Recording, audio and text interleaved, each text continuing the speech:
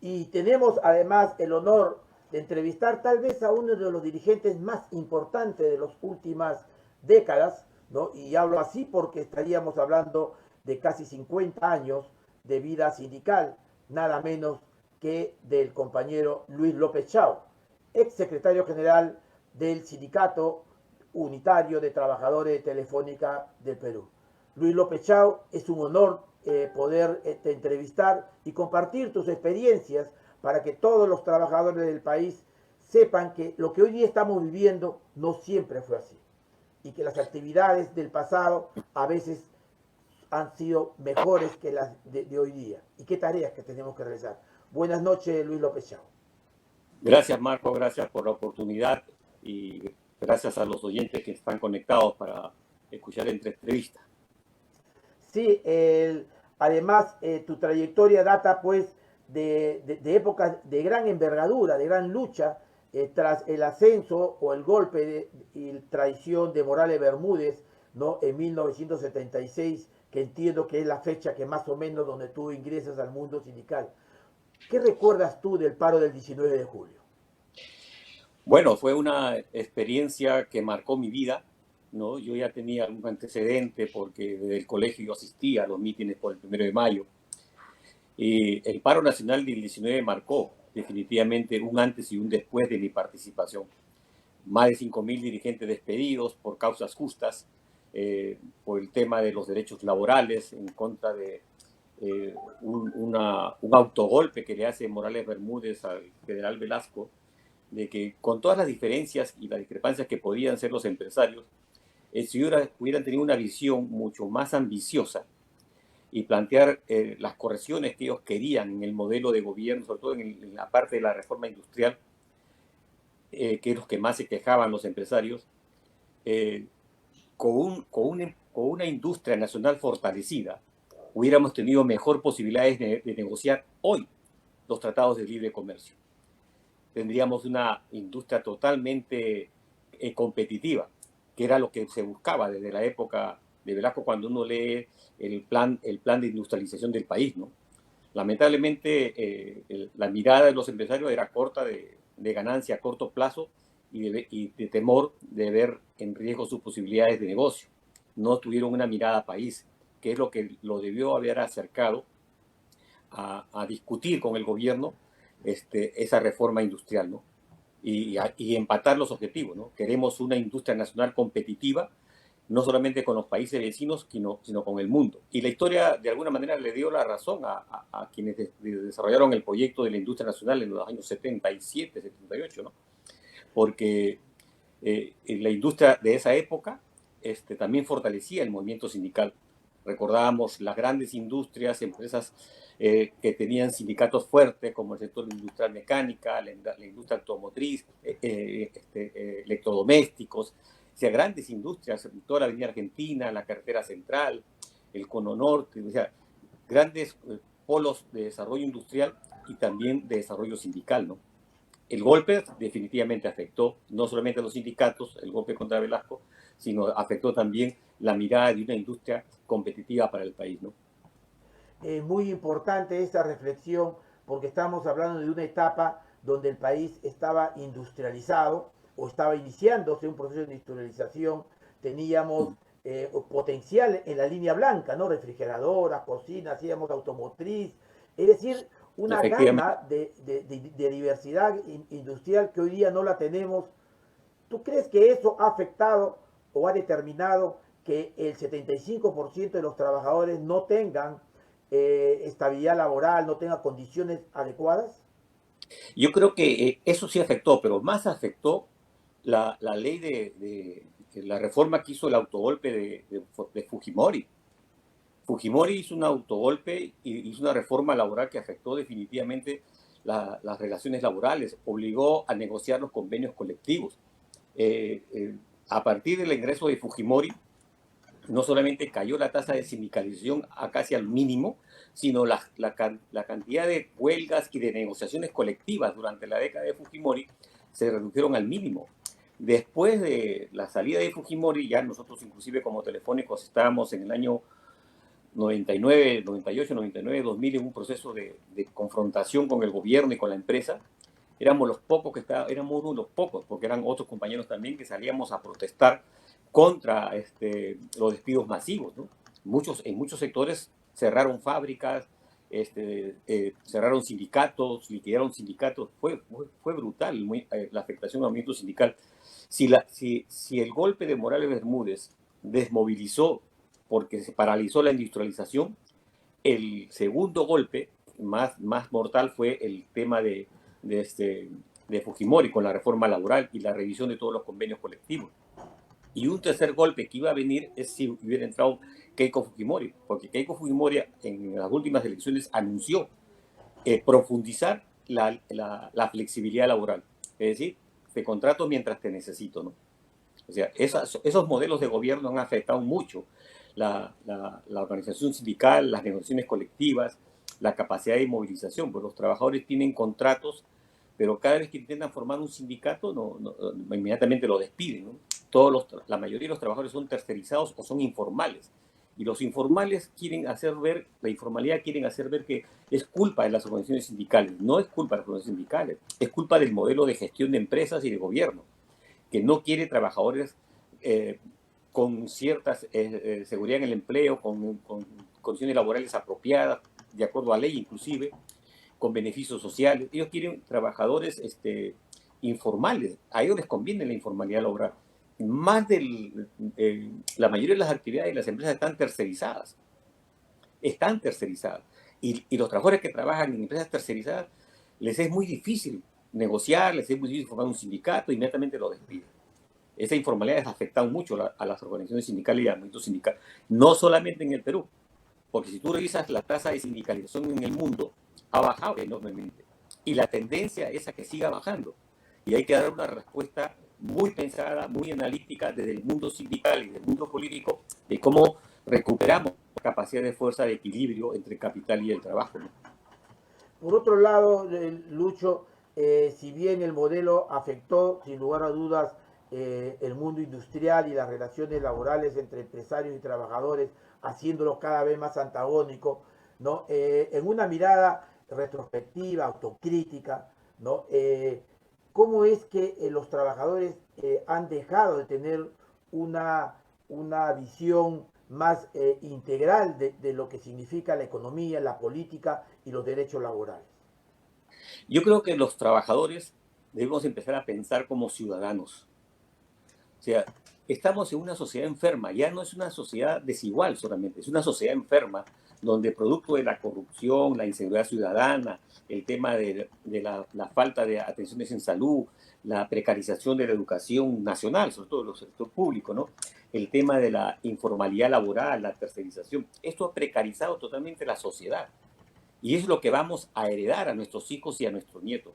Entonces, no basta pensar solamente en mi puesto de trabajo, en mi reivindicación de un pliego de reclamo, en mi seguridad en el empleo o mi aumento salarial, sino que más allá de esas reivindicaciones que son justas, hay que mirar el conjunto de la sociedad. Debemos aspirar a una sociedad que permita una calidad de vida para todos, en buenas condiciones, ¿no? Como decíamos hace unos años, decíamos, hemos pasado de la defensa del salario a la defensa del empleo. Hoy tenemos que pensar que no basta pensar solamente en el salario y en el empleo, sino que hay que pensar en una sociedad con oportunidades para todos y seguros para todos, ¿no? Y una reflexión muy importante porque ciertamente se ha visto en las acciones sociales de los últimos meses, ¿no? Un divorcio entre el mundo sindical y el mundo popular, la ciudadanía, ¿no? ¿Qué tareas debe de hacerse ahora para acercarnos más? Pese a que se habría mejorado, pero no es suficiente.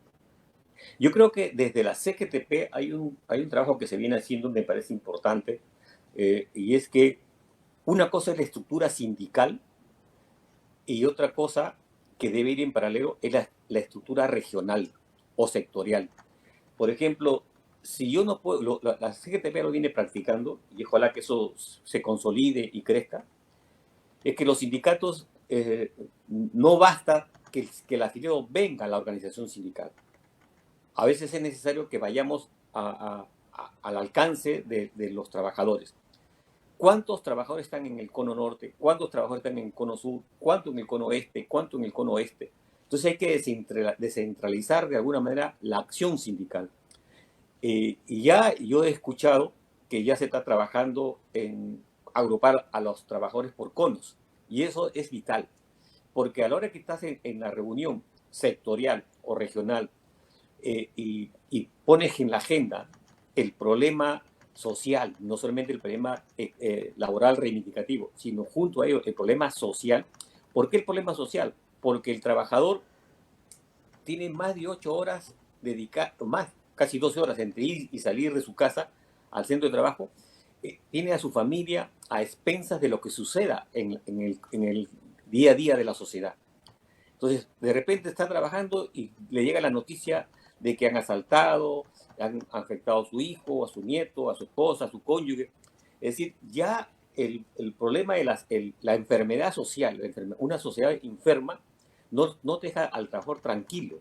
Entonces, ¿de qué te vale esforzarte tanto por un salario, por una estabilidad laboral que lo logras, pero al mismo tiempo está siendo amenazada por una sociedad que está totalmente desatendida por el Estado? Porque el Estado la tiene desatendida, por eso que la violencia y la delincuencia está creciendo a pasos agigantados. Entonces se está pensando en asegurar la rentabilidad de las empresas y no se está pensando en asegurar la vida de los ciudadanos, ¿no? Esta experiencia no es nueva en el país, ¿no? No. Recuerdo que a finales de los 80 tú participaste como secretario nacional de organización de la CGTP en la construcción de la Asamblea Nacional Popular, integrada por trabajadores y toda la sociedad. Mira, esa experiencia creo que nunca debe haberse dejado de lado. Lo he manifestado hace muchos años. Desde el momento que se desactivó la Asamblea Nacional Popular, yo creo que se cometió un error sindical y un error político. Creo que eso era un brazo muy fuerte que se había logrado y lo que había que hacer es desarrollar la parte muscular de esa fuerza social y que le permitía a los trabajadores ser parte de una lucha política. O sea, más que una lucha reivindicativa, una lucha política. En esa oportunidad, no se olviden que se logró tener congresistas de los trabajadores. El compañero, Claro. el compañero Valentín, el mismo Constitución, Negreiros, ¿no? El el primero Isidro SUTEC, Gamarra. el Entonces, SUTEC también, ¿ah? el SUTEC, los maestros, los Los mineros, maestros, el SUTE tenía buenos representantes. Entonces, había representación, mineros también tuvieron representantes. bancarios, Entonces, con Eduardo Castillo. bancarios, sí, se logró tener una presencia política importante en el seno de la vida política del país. Creo que eso se perdió cuando se confió en apoyar a candidatos oportunistas. Yo digo oportunista porque era, en este caso, Toledo, nos colgamos del saco de Toledo, nos colgamos del saco de Ollanta, que no eran parte del movimiento popular. Ellos habían llegado de casualidad a hacer fuerza política. Y nosotros nos olvidamos que teníamos la capacidad, y lo habíamos demostrado, de construir una fuerza política. Y había muchas personas, desde esa experiencia que incluso dio origen al nacimiento también de Izquierda Unida, de un brazo sindical, un brazo social y un brazo político, y una prensa. No te olvides que había una prensa ligada al movimiento sindical, la revista Marca, varias prensas de gente, como ahí te conocí a ti, ¿no? Claro. De gente que estaba comprometida haciendo artículos, sacando periódicos, revistas, y eso se perdió. La verdad que nunca lo entendí. Creo que fue un gravísimo error que debería recuperarse. Existe la infraestructura por parte de las organizaciones sindicales a través de la CGTP. Los partidos políticos deben estar relacionados en respetar los espacios, ¿no? Pero de compartir el esfuerzo de los objetivos comunes, ¿no? Sí, Lucho, la verdad es que has tocado varios temas importantísimos. La gestión sindical no debe reducirse a un tema económico. Hay que hacer prensa, hay que hacer educación, cultura, las grandes actividades culturales, las escuelas sindicales y todo eso. Es un tema muy importante que hoy día se ha perdido en casi todos los sindicatos, ¿no? Pero en términos generales, ¿pudieras pudiese plantear alguna visión con respecto a esto, porque los sindicatos se han reducido al secretario general, al de organización y al de defensa, y las demás secretarías no funcionan, que son parte de la integralidad social. Yo hago una invocación a todos los compañeros sindicalistas a promover que la militancia sindical, masivamente, militante sindical. No es que me afilo ya que el sindicato, los dirigentes tengan que hacer lo que tengan que hacer, sino que tienes que ser un militante, un activista del sindicalismo. Y aparte de la capacitación, yo me he capacitado en la escuela de la CGTP, me he capacitado en escuelas particulares de las ONG que habían en esa época, en la escuela sindical de mi propio sindicato, ¿no? Pero una cosa que me dijo, mira, mi hermano Alfonso, que tú lo conoces, Claro, una cosa es que te capaciten y otra cosa que tú te autocapacites. Porque ¿de qué te vale sentarte en el aula si tú no tienes la voluntad de desarrollar todo lo que has asimilado? Y eso significa que leas. Tienes que leer, tienes que autocapacitarte, tienes que sentirte que eres una persona que puede dar más allá de lo que mucha gente cree. Y así aparecen los líderes. O sea, el líder no se forma de casualidad. Te pueden ayudar, sí, pero lo que más importante es tu autoayuda, que tú asistas. No sé si recuerdas, pero en los años 70 yo me iba a locales partidarios, habían charlas, me iba a las universidades, especialmente a San Marcos, a escuchar charlas. Ahora los jóvenes se sindicalizan, no van a la charla, están preocupados de otra cosa y no de aquello que le puede permitir mejorar su condición de trabajador y su condición de ciudadano pensando en el bienestar de su familia. Entonces, el trabajador, el militante sindical, tiene que pensar que lo que él está defendiendo no solamente es el puesto de trabajo y el pan del día a día. Lo que él está defendiendo es el bienestar de la familia que él representa y tiene que contribuir a una mejor sociedad por el bienestar de su familia.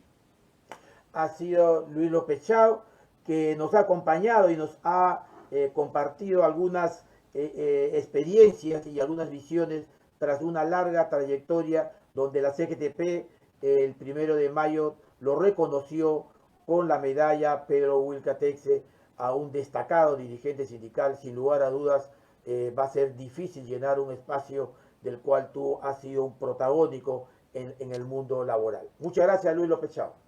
Gracias, Marco, y gracias por esta oportunidad. Y invoco a los compañeros dirigentes, a las otras organizaciones sindicales, que podamos colaborar con este espacio, que es uno de los pocos que tenemos para expresar las ideas, los pensamientos y los sentimientos sociales desde el punto de vista sindical. Muchas gracias, Marco. Bien, muchas gracias.